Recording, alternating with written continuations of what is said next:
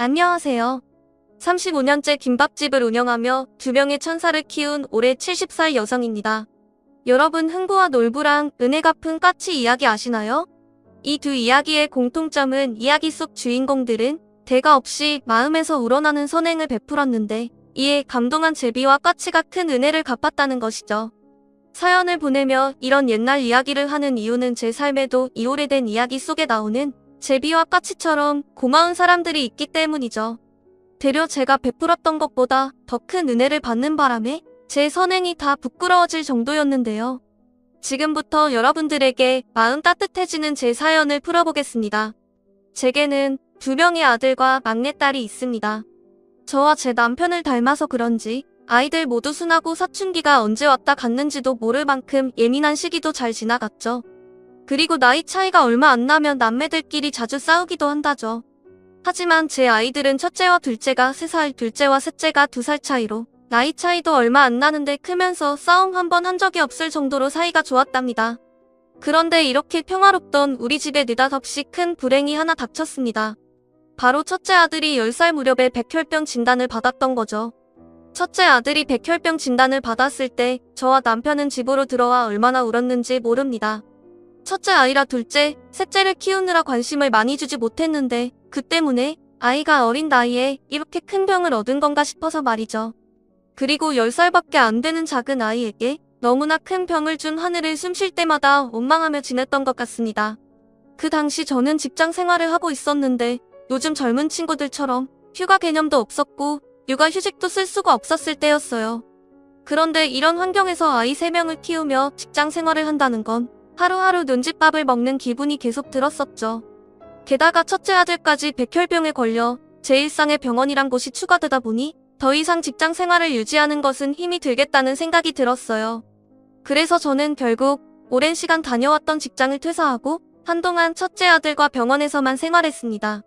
그 당시 점점 핏기 없이 하얘지는 첫째 아들을 보며 매일 밤을 눈물로 지새웠죠. 그리고 코앞에서 첫째 아들이 아파하는 모습을 보자니 저 스스로 극도로 예민해지더군요. 아마 아이가 아파본 경험이 있는 부모님이라면 모두 공감하실 거라 생각됩니다. 칭얼거리는 아이를 보다 보면 아이가 아픈 게 다 건강하게 나아주지 못한 엄마 잘못 같고 아이 손에 꽂혀있는 주사 바늘을 볼 때마다 저게 차라리 내 손등에 꽂혀 있었으면 좋겠다 하는 심정이 들어 하루하루가 지옥에 사는 기분을 말이죠. 병원에 있는 몇 시간 동안 제 머릿속이 온통 이런 생각들로 가득 차 있다 보니 마치 제가 죄인이 된 것 같아 늘 괴로웠습니다. 그리고 어느 날 문득 정신 차려봤더니 저는 제 죄책감을 가족들에게 화를 내며 풀고 있더라고요. 그때 둘째와 셋째가 얼마나 서러웠을지 아직도 그때만 생각하면 이제는 다 큰 제 자식들에게도 미안한 마음이 들 정도로 말입니다. 그렇게 얼마의 시간이 흐른 뒤 하늘도 우리 가족을 응원했던 건지 정말 기적처럼 첫째 아들의 백혈병이 완치되었습니다. 그때 남편과 저 그리고 첫째, 둘째, 셋째, 가족 모두가 얼마나 기뻐했는지 모릅니다. 그리고 이렇게 큰 시련을 겪고 일어나 보니 우리 가족은 어떤 일이든 함께 견뎌나갈 각오가 되어 있었어요. 첫째 아들의 백혈병은 우리 가족에게 많은 변화를 일으켰는데 그중 가장 눈에 띄는 건 제가 회사원에서 자영업자 사장님이 된 거랍니다.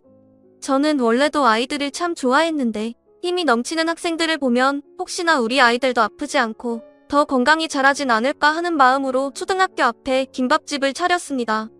주 메뉴는 김밥이었지만 떡볶이, 튀김, 순대 등 학생들이 딱 좋아하는 음식들로 가득 찬 분식집이었죠. 일찍부터 애들 등교시키고 김밥집 여는 게 여간 어려운 일이 아니었지만 제게는 활력소가 있어서 가능했습니다. 바로 학교 끝나는 종소리가 들리자마자 여기저기서 뛰어나와 몇백 원짜리 떡볶이 한 컵을 들고 좋아하는 아이들을 볼 때였죠. 그 모습을 보고 있자면 제 하루의 피로가 다 풀리는 듯 했어요. 그렇게 한자리에서 10년 정도 김밥집을 운영하고 있었을 때 어느 날 손을 꼭 잡은 한 남매가 눈에 들어왔습니다. 처음에는 우연이겠거니 했는데 평일 내내 같은 시간에 나타나 같은 장소에서 제 가게를 빤히 쳐다보는 게 아니겠어요? 하루는 가게 마무리를 도와주려고 남편이 김밥집으로 오던 길에 남매를 발견했고 제 이야기를 기억했던 남편이 남매에게 말을 걸려고 했는데 후다닥 도망을 갔다고 하더라고요. 내게 무슨 할 말이 있는 건가 싶기도 했는데 집에서 기다리고 있을 자식들을 생각하니 조금이라도 빨리 서둘러야겠다는 생각이 들어 먼저 다가가 볼 생각은 하지 못했던 것 같네요. 그렇게 또 며칠이 흐르고 유독 비가 많이 오던 날이었습니다. 원래 그날은 학교에서 소풍을 가기로 한 날이었는데 비가 너무 심하게 와서 아침부터 취소가 됐었죠. 소풍 날을 미리 알고 있었던 저는 그날 아침 많은 양의 김밥을 준비해 놨었는데 소풍 취소로 인해 김밥들이 남은 채 그대로 있었죠. 저는 그 김밥들을 보며 집에 가서 애들 주면 되겠다라고 생각했고 어차피 손님도 없는데 빨리 집에나 들어가야겠다면서 가게를 정리하려 했습니다. 그런데 그때 어김없이 같은 장소에 서 있는 남매를 발견했어요. 그런데 웬걸? 오늘은 그 남매가 저희 가게로 걸어오는 게 아니겠어요? 남매가 제가 있는 가게로 한 걸음 다가올 때 저는 아이들의 모습을 보기 위해 유심히 살펴봤습니다. 그리고 아이들이 가까이 다가올수록 남매가 입고 있던 옷이 제 눈에 확 들어왔죠. 아이들을 보고 있자니 부모가 옷을 잘 안 빨아 입히는지 더러운 옷에 머리는 대체 언제 감았고 세수는 언제 한 건지 말이 다 안 나오더라고요. 남매가 점점 다가와 제 바로 앞에 섰을 때 오빠로 보이는 아이가 제게 이런 말을 하더군요. 안녕하세요, 아주머니. 혹시 저 김밥들 남은 건가요? 오늘 학생들이 소풍 간다고 해서 잔뜩 쌓아놨는데 비가 많이 와서 소풍이 취소되는 바람에 그대로 남았지 뭐니? 아, 그럼 저건 더 이상 안 파시는 건가요? 그렇지. 오늘은 더 이상 손님도 없을 것 같아서 나도 일찍 정리하고 들어가려고. 그런데 무슨 일이니? 제 질문에 한참이나 아무 말 못하고 땅만 보던 남자아이가 무언가 결심한 듯 양손으로 주먹을 꽉 쥐더니 제게 말하더군요. 그럼 제게 주실 수 있나요? 처음에는 김밥을 사겠다는 건지 공짜로 달라는 건지 구분이 안 됐습니다. 보통 제게 음식을 사려는 사람은 주세요라는 표현을 쓰는데 이 남자아이는 제게 주실 수 있나요? 라고 물으니 의아하더라고요. 그래서 저는 확실하게 물었죠. 이 김밥을 그냥 달라는 거니? 네? 혹시 남아서 버리시는 거면 제게 주셨으면 하고요. 멀쩡한 거 말고 저기 김밥 옆에 터진 것들 저런 거 주셔도 돼요. 남긴 했지만 제 아이들을 가져다 줄 거여서 잠깐 망설이던 찰나에 남매 행색이 다시 제 눈에 들어왔죠. 혹시나 이 남매가 밥을 굶은 건가 싶었고 그런 거라면 몇 개나 줘야지 하는 생각에 다시 한번 남매에게 질문했어요. 너희가 먹으려고 하는 거지? 그럼 몇 줄 주면 될까? 아니에요. 저희는 괜찮아요. 저희 할머니 드리려고요. 할머니? 네? 할머니께서 약 챙겨 드시려면 뭐라도 드셔야 하는데 저랑 민주는 아직 어려서 밥을 할 줄 몰라서요. 아이고, 이런 할머니께서 편찮으시니 너네는 뭐라도 챙겨 먹었고? 네? 지난주에 시장으로 물건 팔러 나가셨다가 다리를 다치셨는데 아직 할머니가 못 일어나고 계세요. 저희는 괜찮아요. 저희보다는 할머니가 더 배고프실 거예요. 편찮으시기 전에도 저희 먹이느라 할머니가 종종 굶으셨거든요. 그렇구나. 너희 여기 자주 왔었지? 저 앞에 서 있던 거 자주 봤던 것 같은데 그럼 나한테 김밥 달라고 하려고 계속 서 있었던 거야? 제 물음에 남매는 갑자기 또 땅을 보며 쭈뼛거리기 시작하더군요. 딱 봐도 야윈 게 이 남매도 무엇을 제대로 먹은 지 오래돼 보이는데 할머니 식사만 챙기려는 모습이 참 기특해 보였습니다. 네? 맞아요. 혹시나 오늘처럼 버리는 김밥이 있으면 부탁드려보려고 그래서 기다리고 있었어요. 그런데 아주머니 음식이 맛있는지 항상 다 팔려버리더라고요. 그런데 오늘은 많이 남았길래 용기 내서 와봤어요. 그래 잘했구나. 내가 금방 포장해 올게. 좀만 기다리렴. 저는 말이 끝나자마자 김밥 5줄을 하나하나 낱개로 포장하기 시작했습니다. 그리고는 한 봉투에 담아 남자아이에게 건넸죠. 그런데 남자아이가 이렇게 말하더군요. 아주머니, 저는 정말로 한 줄이면 돼요. 한 줄로도 너무 감사한 거려. 이렇게 많이 가져가는 건 제가 죄송해서 안 될 것 같아요. 아니다, 애야. 어차피 내가 오지 않았으면 팔지도 못하고 다 버려서 하는 걸. 내가 아침부터 힘들게 산 건데 내가 가져가서 할머니랑 동생이랑 맛있게 먹어주면 그게 이 아줌마한테는 더 좋은 거 아니겠니? 그래도. 남자아이가 어물쩍거리자 옆에 있는 여자아이가 제 오빠 옆구리를 쿡 찌르며 말했습니다. 오빠, 나 배고파. 하고 말이죠. 여동생의 말에 남자아이는 그럼 2줄만 가져가겠다고 고집을 부렸는데 저는 내가 정 그렇다면 어쩔 수 없구나 하고 나머지 3줄은 여동생의 옷주머니에 넣어뒀죠. 그러자 여자아이가 세상을 다 가진 것처럼 활짝 웃는데 그 모습에 괜히 울컥하더군요. 그렇게 저는 뒤돌아서 가는 아이들의 뒷모습을 보며 내일 또 오렴? 이라고 말했고 남은 김밥 3줄을 챙겨 제 아이들에게 주기 위해 집으로 돌아갔습니다. 하지만 제가 마지막에 했던 당부와는 다르게 다음날 아이들은 나타나지 않았죠. 다음날, 그리고 또 그 다음날에도요. 내심 서운했던 저는 할머니가 이제는 움직일 수 있어서 애들 밥을 차려주시는 건가? 하고 생각하고 있었는데 갑자기 제 머릿속으로 그날 남자아이의 말이 번뜩하고 스쳐 지나가는 게 아니겠어요? 오늘처럼 버리는 김밥이 있으면 부탁드려보려고 기다리고 있었어요.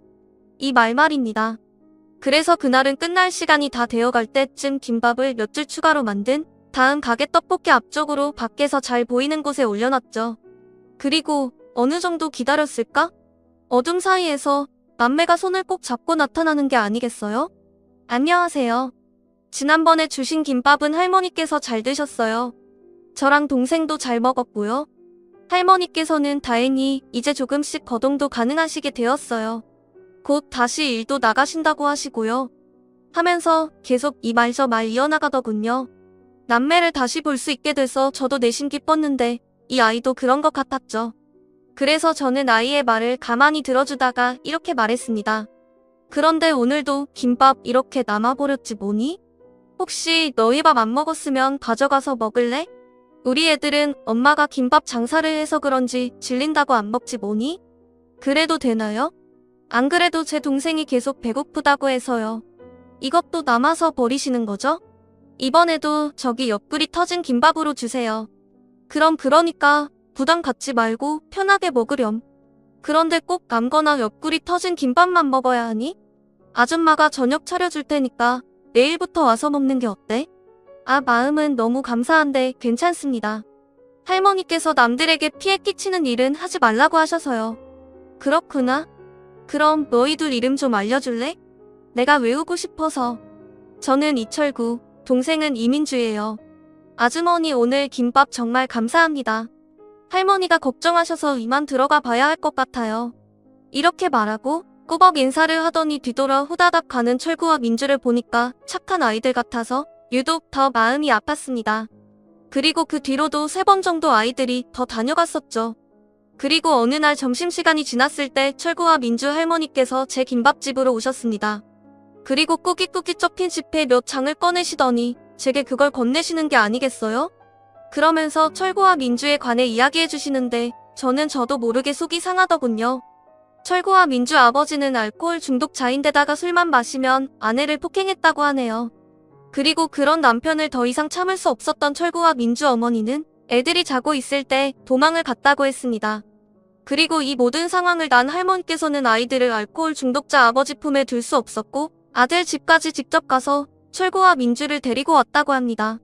그런데 본인이 나이가 있어서 그런지 요즘 부쩍 다치고 자주 아파서 아이들을 잘 돌보지 못했다고 하셨어요. 그런데 때 맞춰 용돈을 준 적도 없는데 언제부턴가 집에서 김밥을 먹고 있길래 자초지종을 물어봤다고 하네요. 그랬더니 김밥집 사장님께서 팔다 남거나 팔 수 없는 상태의 것들을 골라서 주셨다면서 훔친 거 아니라고 했다더군요. 그리고는 할머니의 마지막 말씀에 저는 눈물이 흐르고 말았습니다. 그런데 애들은 아직 어려서 잘 모르는데 저는 알 수 있었답니다.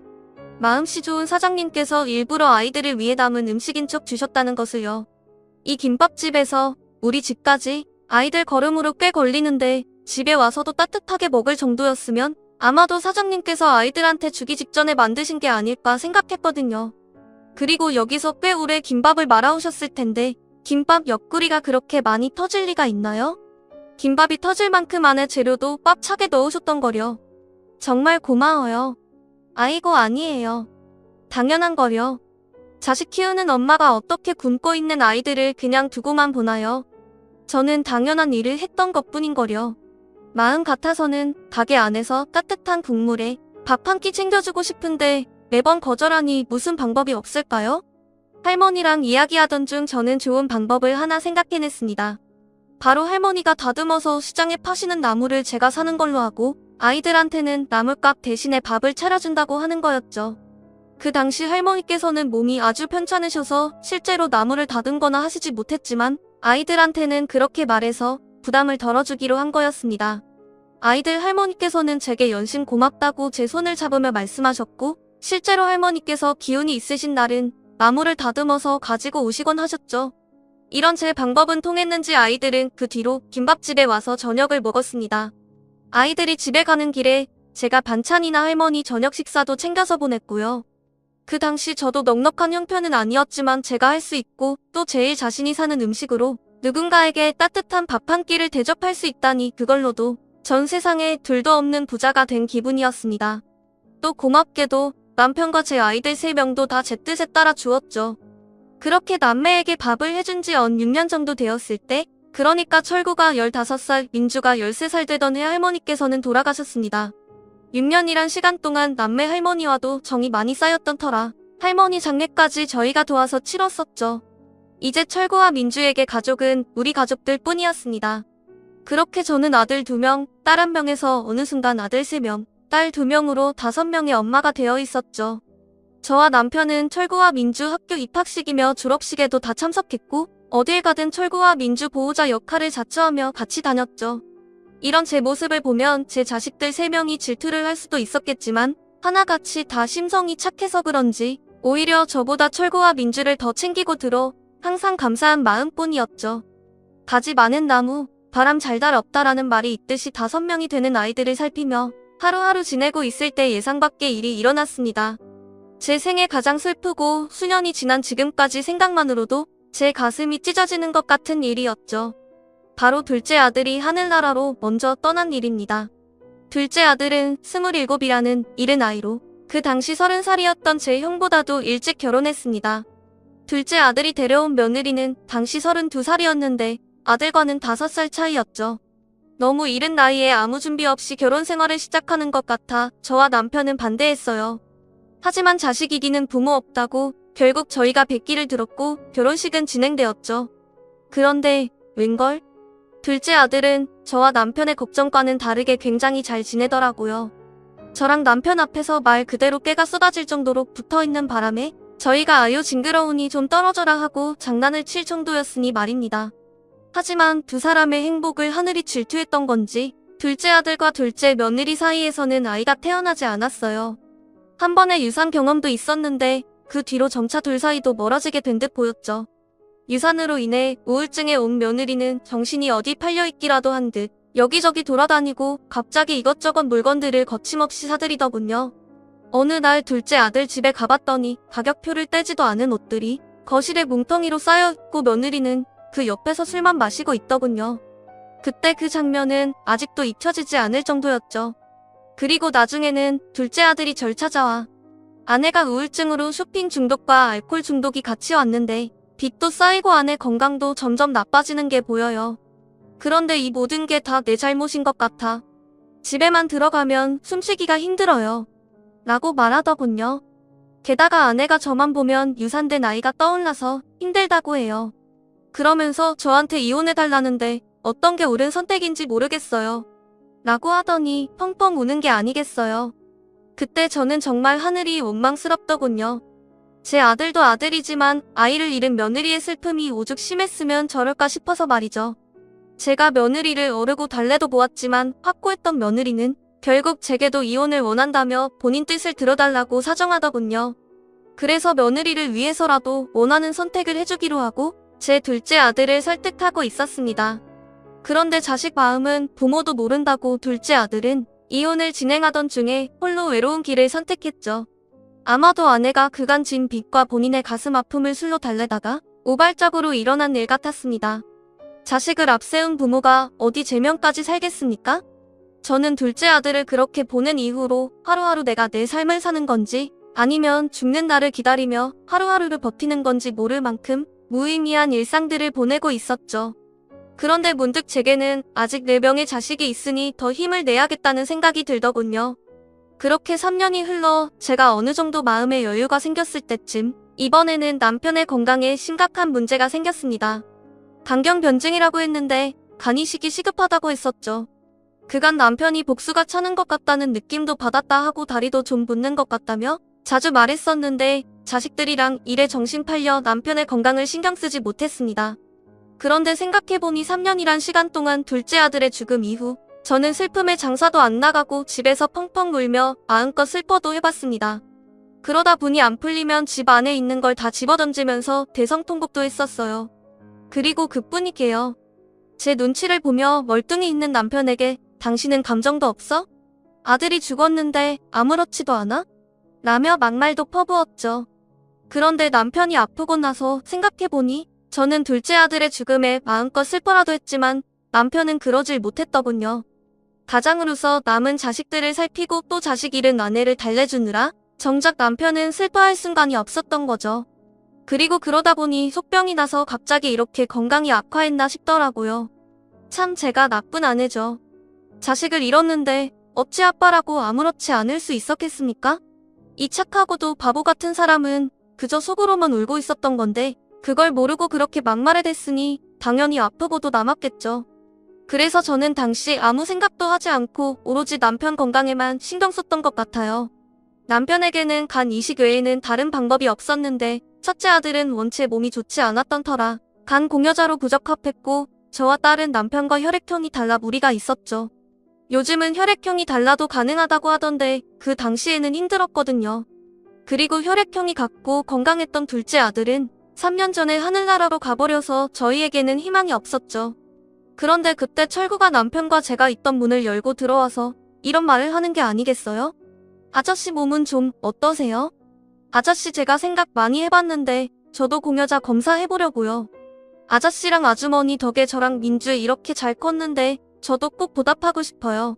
아니다 철구야 내가 어떻게 네가 늘. 아니야. 아저씨 제가 이렇게 잘 큰 건 다 아저씨랑 아주머니 덕분이라니까요. 제가 친가족이 아니어서 거절하시는 거예요?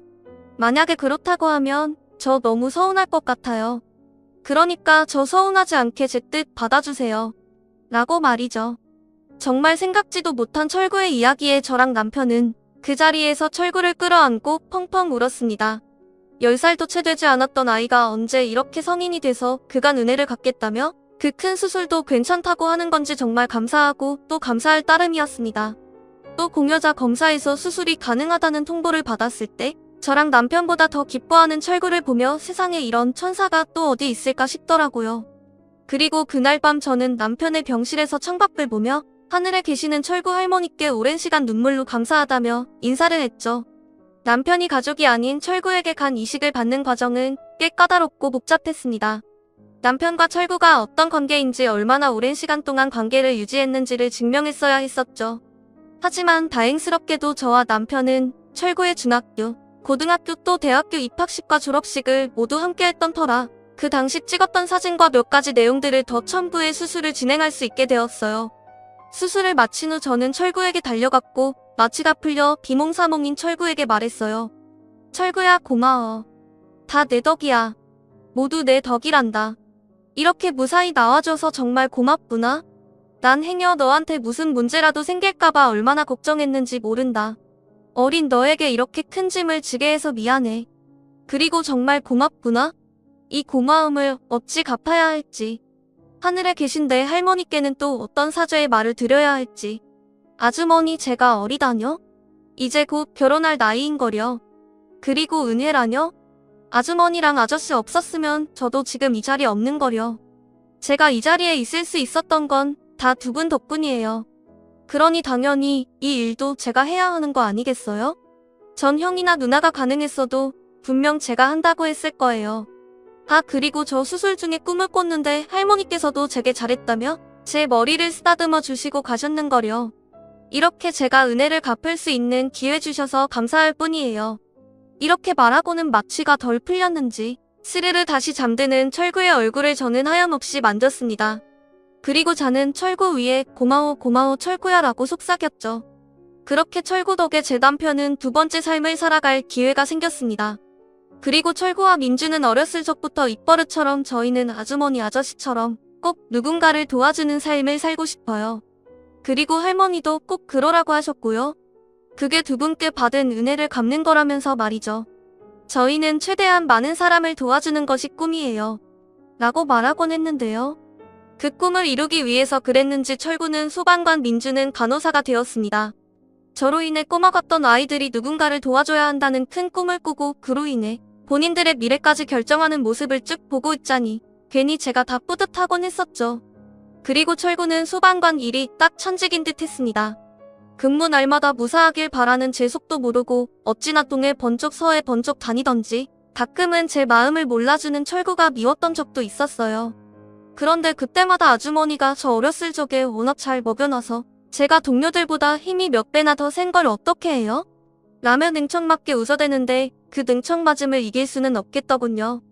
그리고 민주도 간호사가 되기 위해 준비할 때 어찌나 열을 올렸던지 가끔 체열 연습하겠다며 바리바리 챙겨들고 가게에 놀러왔는데 그때 저나 남편은 피해 다니기 바빴거든요.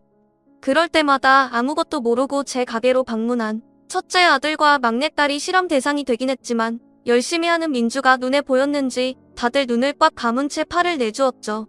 이렇게 모두 제자리를 잡아갈 때쯤 제 첫째 아들도 드디어 결혼할 여자를 데리고 왔습니다. 첫째 며느리는 첫째 아들과 빼닮은 외모에 누가 보면 꼭 남매처럼 보일 정도였어요. 그리고 제 첫째 아들에게 말끝마다 존대하고 저와 제 남편 그리고 제 막내딸한테도 얼마나 상냥하게 굴던지 미워할 수가 없었답니다. 그리고 첫째 며느리가 그렇게 해주니 우리 가족 모두도 첫째 며느리가 낯선 집에 시집와 어려움 없이 생활할 수 있도록 많은 도움을 줬죠. 왜 며느리는 절대 딸이 될 수 없다라는 말도 있잖아요. 그런데 우리 첫째 며느리는 제게 간혹 엄마, 엄마하며 부르는데 그 모습이 또 어찌나 예쁘던지요. 제 막내딸보다도 애교가 많아서 제가 딸 몰래 이것저것 선물해주기도 했답니다. 첫째 아들이 결혼하고 1년이 좀 지났을 때 제게는 첫 손주가 태어났습니다. 이름은 하율이었는데 정말 눈에 넣어도 안 아플 정도로 예쁜 아가였죠. 그리고 그 아가의 100일 잔치가 있었던 날에 우리 집에는 또 한 번 큰일이 터졌습니다. 그날은 추운 겨울이었죠. 100일 잔치는 집에서 가족들과 간단하게 하고 싶다는 첫째 아들과 며느리의 뜻을 따라 다 같이 우리 집에 모여 있었습니다. 한 가족과 다름없었던 철구와 민주도 당연히 불렀는데 철구는 당직이 걸려서 못 왔고 민주는 조금 늦게 도착한다는 연락을 해왔죠. 그렇게 철구와 민주 없이 100일 잔치가 시작되고 식사를 하고 있었죠. 그때 첫째 아들이 100일 기념으로 친구가 떡을 해줬다면서 잠시 친구를 만나 떡을 가져오겠다며 나갔습니다. 한 30분 정도 흘렀을까? 첫째 아들은 떡을 들고 허겁지겁 뛰어들어오더니 친구와 길이 엇갈려 오래 걸렸다고 설명하더군요.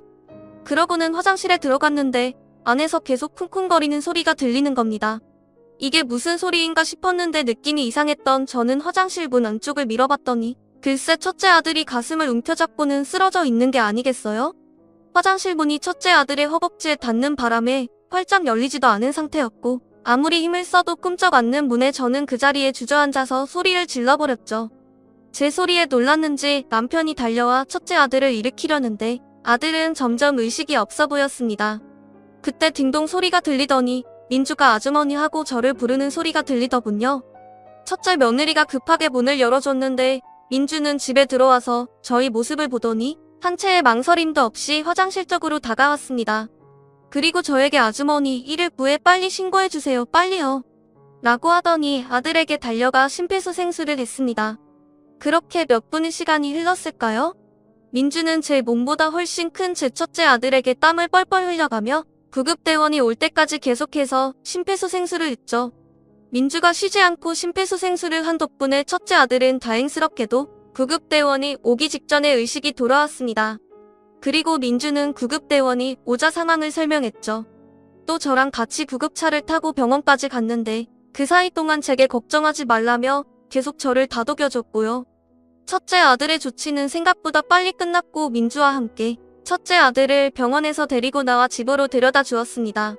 그리고 저는 민주와 단둘이 있을 때 민주의 손을 꼭 잡고는 고맙다며 눈물을 흘렸습니다. 민주야, 너 아니었으면 동규 어쩔 뻔했니? 동민이에요. 동규까지 아무것도 해보지 못한 채 하늘로 보낼 뻔했다. 너는 정말 은인이나 다름이 없구나. 이 일을 내가 어찌 갚아야 할까? 내가 해줄 수 있는 게 있다면. 아주머니, 은인이라뇨? 아주머니가 없었으면 제가 어떻게 간호사가 돼서 동규 오빠를 지킬 수 있었겠어요. 아주머니, 저 실은 아주머니에게만 처음 말씀드리는 건데 저는 아주머니네 가족들 지켜주고 싶어서 그래서 간호사가 된 거예요. 아주머니도 아시겠지만 어린 나이 할머니를 보내고 나니까 할머니 옆에서 아무것도 할 수 없었던 제 모습이 너무 쓸모없는 존재처럼 느껴지더라고요. 무서운 아버지한테서 저랑 오빠를 구해준 게 할머니셨는데 그래서 어린 나이였지만 할머니 장례식장에서 염치가 없어 울지도 못하겠더라고요. 그리고 그때 다짐했어요. 제 주변 사람들 누구든 위험한 상황이 생겼을 때 도와줄 수 있는 사람이 돼야 하겠다고요. 그래서 그때부터 제 꿈은 간호사였고 그 꿈 덕분에 오늘 동규 오빠를 살릴 수 있었죠. 아주머니께 받은 사랑 중 오늘 아주 작은 일부만 갚은 거로 할게요. 그러니까 제게 뭔가를 새롭게 해주셔야 한다는 생각은 절대 하지 않았으면 좋겠어요. 전 당연히 제가 할 일을 한 것뿐이니까요. 민주의 말을 듣는데 어찌나 눈물이 나던지. 민주의 말 중간부터는 민주가 흐르는 제 눈물을 닦아주며 말했죠. 그리고 저는 제 얼굴에 있던 민주의 손을 제 손으로 감싼 다음 제 뺨을 꾹 누르며 말했습니다. 민주야, 내 오빠는 내 남편한테 간이식을 해주고 민주 너는 내 첫째 아들을 살려주고 너희들은 내게 갚는다고 하지만 나는 이미 넘치고도 넘치게 받았단다. 정말 이 모든 걸 감사해서 어찌해야 할지. 내가 너희 남매한테 정말 고마워서 뭐라도 할 말이 없구나. 정말 고맙구나. 정말 고마워. 라고 말입니다.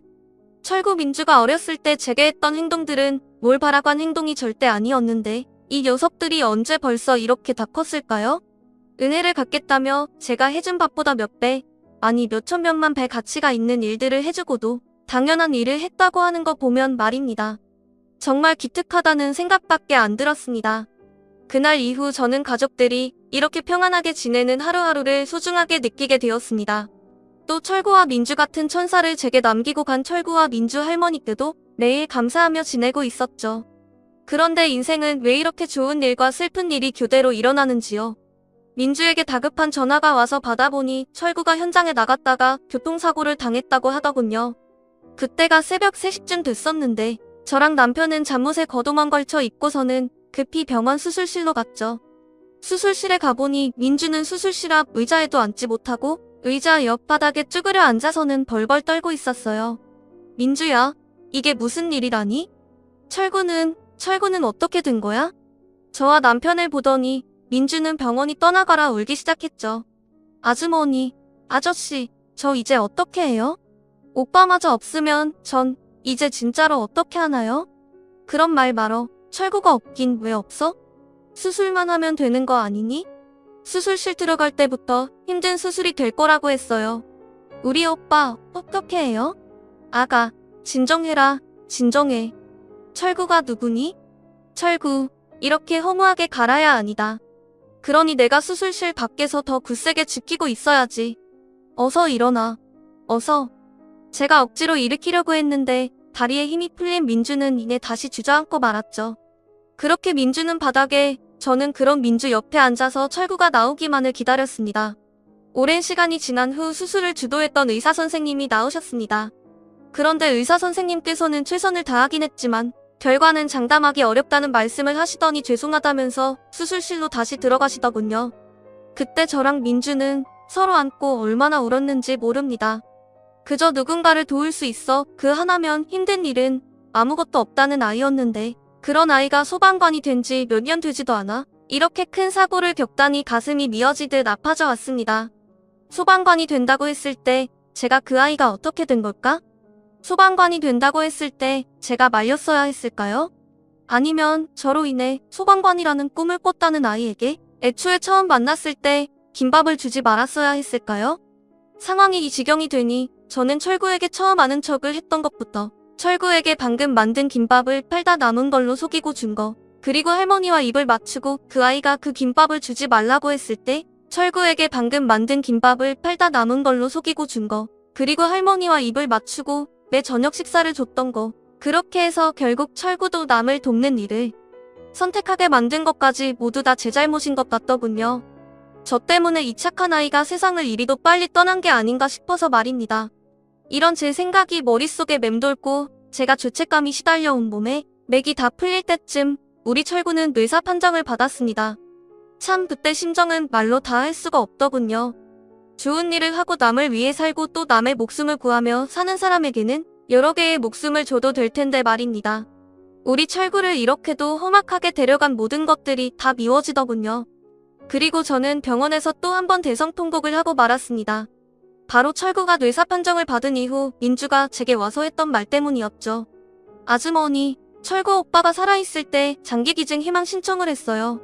그래서 그 절차에 맞게 장기기증이 진행될 거예요. 뭐? 그건 또 무슨 말이니? 장기기증? 네, 평소 오빠의 뜻이었어요. 저도 함께 신청되어 있고요. 저는 오빠 뜻대로 해주려고 해요. 오빠는 본인이 소방관이 되어 어려운 사람 한 명이라도 더 돕고 싶다고 했는데 이렇게 오빠 하늘나라 가기 전에 여러 사람을 구하고 가니까 오빠 뜻이 이루어지는 거겠죠. 말이 채 끝나기도 전에 훌쩍거리던 민주는 말이 끝남과 동시에 눈물을 툭툭 떨어뜨리기 시작했고 저는 아무 말도 하지 못한 채 그래, 철구하고 싶은 대로 다 해주자. 마지막 하는 길, 그게 철구 뜻이라면 우리는 따라줘야지. 라고 말하고 민주의 등을 쓰다듬어 주었습니다. 그렇게 우리 철구는 4명의 환자에게 새 삶을 선물하고 영영 볼 수 없는 곳으로 떠나버렸어요.